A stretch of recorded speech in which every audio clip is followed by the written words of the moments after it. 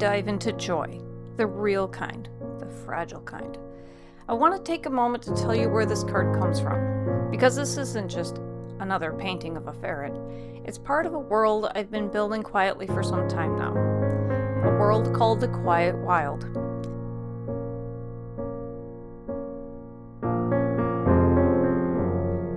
The Quiet Wild is a series of narrative paintings that speak to your inner self. Some pieces begin in digital media, shaped in layers of light.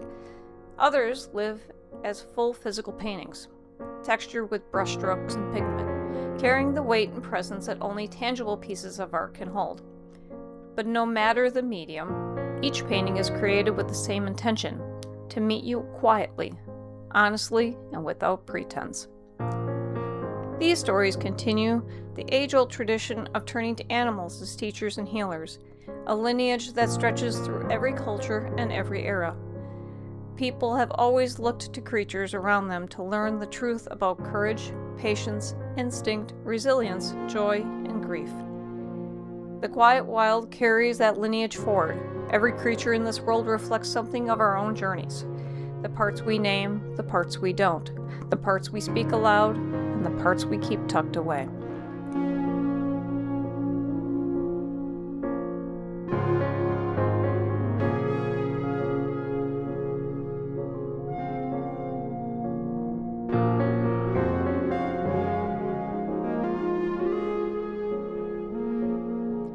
The original paintings are created without any phrasing on them. No printed titles, no instructions, no text telling you what to think or how to feel.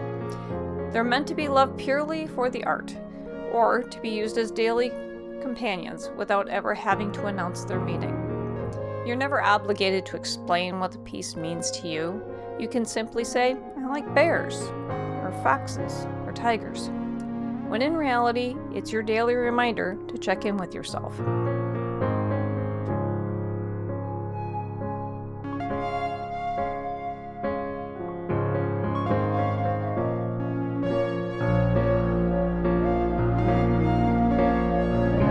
A piece like conflict can hang in your cubicle at work, not as a sign telling you what to do, but as a present that helps you discern the nature of a problem. The painting offers guidance without instruction, reflection without demand. It lets you keep your reasons private while still giving you something steady to look at while you need grounding. That's the heart of the Quiet Wild. Your meaning is your own. Your relationship with each image is personal. The art doesn't ask you to justify yourself. It simply sits beside you quietly until you're ready to listen. The Quiet Wild deck exists because not every moment of reflection happens in front of a canvas. Sometimes, in the middle of a workday, or in the quiet parking lot, or in the pause before you answer a difficult message, life needs to be portable. Healing is portable. Reflection also portable. And not everybody's going to walk around carrying a 22 by 30 painting with them. So the deck has become a portable companion to these larger pieces, a way to carry the stories with you when you're moving through the world, when you're at work, when you're traveling, when you're navigating the quiet corners of your day.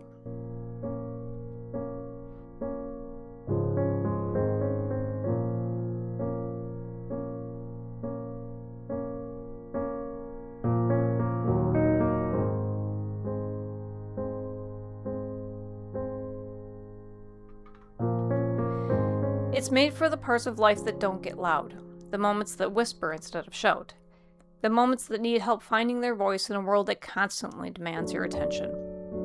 These are the parts we carry quietly, the parts that we grow through slowly, the parts we survive, soften, and learn from. The deck is a way of honoring these moments, not by forcing meaning, but by offering a gentle place to rest your attention.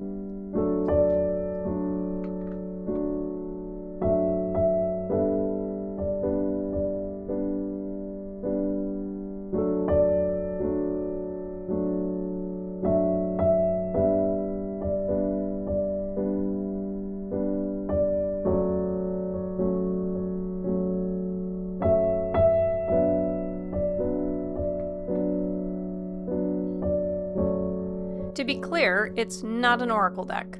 It's not a tarot deck. It's not here to predict anything or tell you what's going to happen. It's just here to sit with you, not to speak over you. The Quiet Wild is a companion deck, a set of small, gentle invitations. Each card is an animal, a moment, or a truth. Something you meet rather than something you obey. Something that sits beside you rather than above you. Something that asks, where are you right now? Instead of, well, this is what you must do. And unlike traditional decks, it doesn't have a fixed number of cards. It's an open system, meant to grow as the stories grow, as the painting grows, and as you grow. It grows the real way stories grow, naturally, without rushing, without forcing meaning, and not before it's ready. Every card comes from a larger narrative painting, and every painting has a story that doesn't need to be spoken out loud to matter.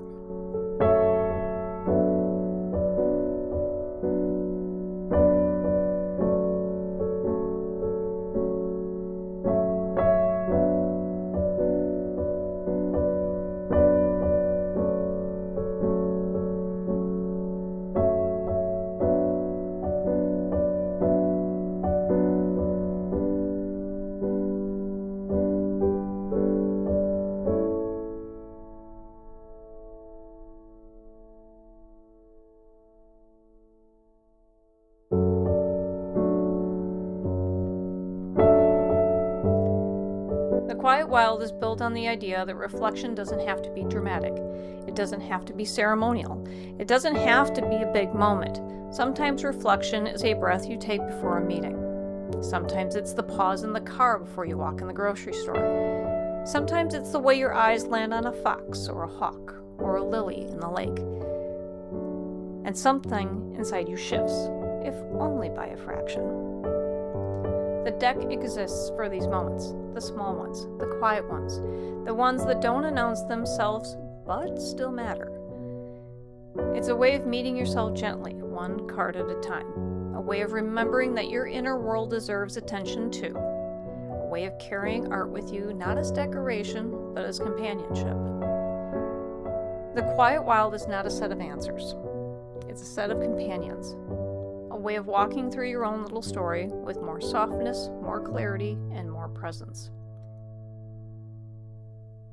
The Quiet Wild is a way of remembering that your inner world is worth tending, gently, consistently, and without apology. And today we're going to meet one of the cards in that deck, a small bright creature who understands joy better than most of us ever will.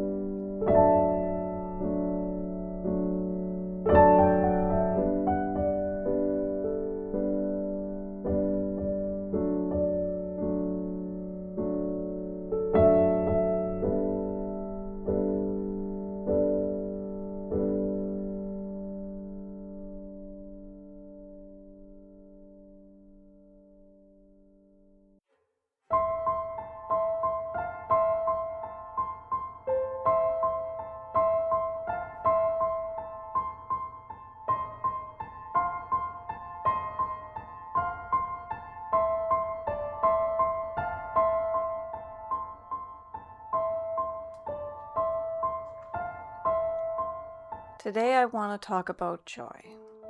Not the cartoon version, not the glitter-covered children's movie kind of joy where everyone smiles, nothing hurts, and the music swells at the perfect moment. No, I want to talk about the kind of joy that actually exists in the real world. The kind that lives in small bodies and short lives. The kind that burns bright and brief. The kind that asks something of you.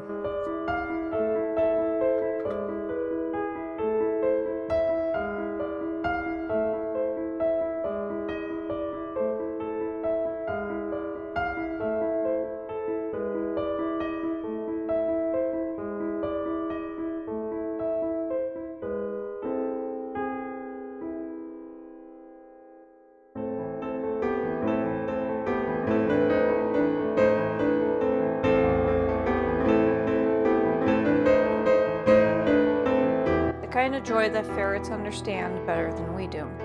So get comfortable, take a breath, and let's sit together for a while. Somewhere along the way, we were taught that joy is supposed to be simple, light, effortless, a feeling that floats like a balloon after it lifts off the ground. But if you've lived any amount of life, real life, you know that's not how joy works. Joy isn't simple. Joy isn't painless. And joy isn't guaranteed. Joy is a moment, a spark, a flash of something bright that shows up in the middle of everything else. The bills, the grief, the exhaustion, the uncertainty, the mess.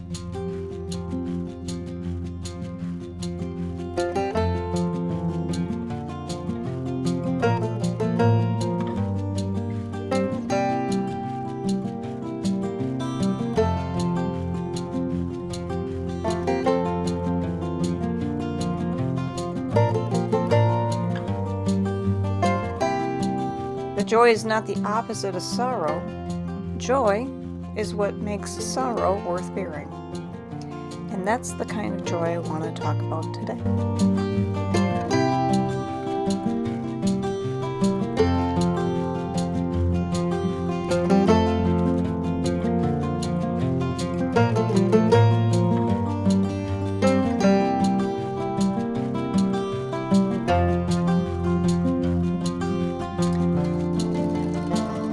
If you've ever loved a ferret, really loved a ferret, you already know this lesson.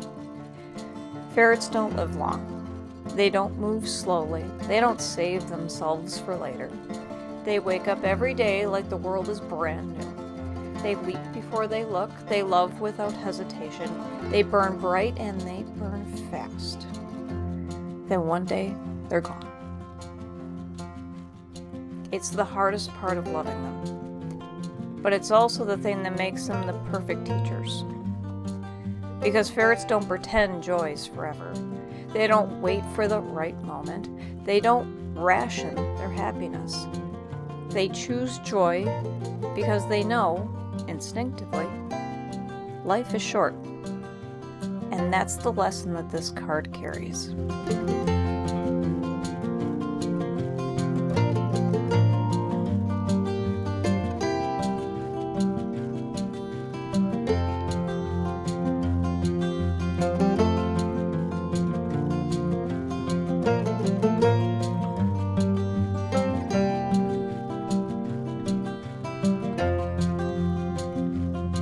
When I sat down to paint this card, I thought it would be easy. Joy, I said, joy is simple. But it wasn't. Because joy isn't simple anymore. Not after 20 years of tiny paw prints. Not after sudden losses. Not after the moments where I did everything right and still couldn't stop an inevitable ending. Joy for me is layered now. Bittersweet. Tender, fragile.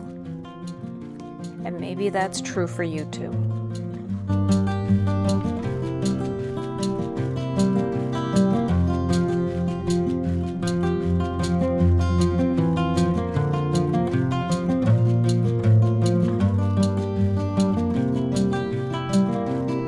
Maybe joy isn't something you feel lightly anymore. Maybe it's something you approach carefully, like a wild animal that might bolt if you move too fast. But here's the truth I learned while painting this card. Joy is not the easy path. Joy is the brave one.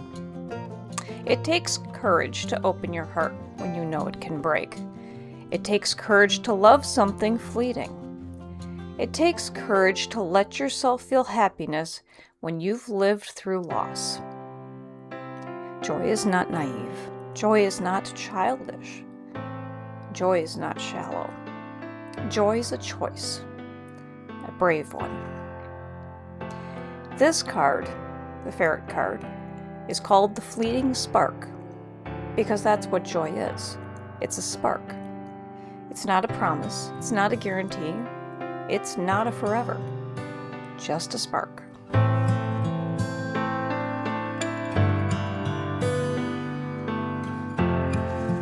Something bright, something brief, something worth noticing while it's here. And that's the lesson. Choose the spark while it's here. Let joy be small, fleeting, imperfect. Let it be enough. You don't have to hold it forever. You don't have to protect it from ending. You don't have to pretend that it's something it's not. You just have to let yourself feel it. Even if it's brief. Especially if it's brief.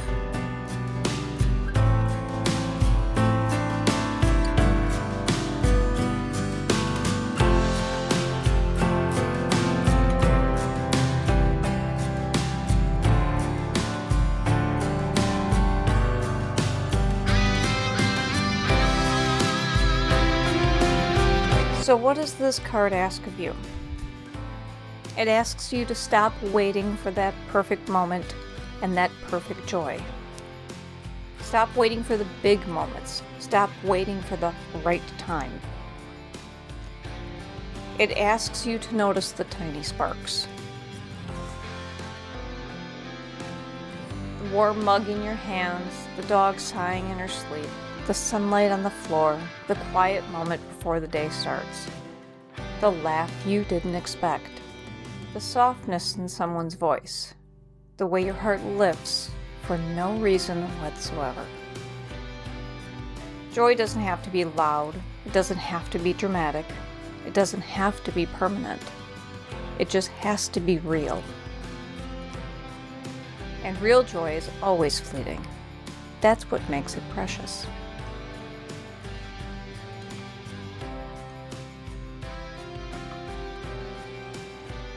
So today I want you to take a moment, just one, and notice something small that sparks joy in you.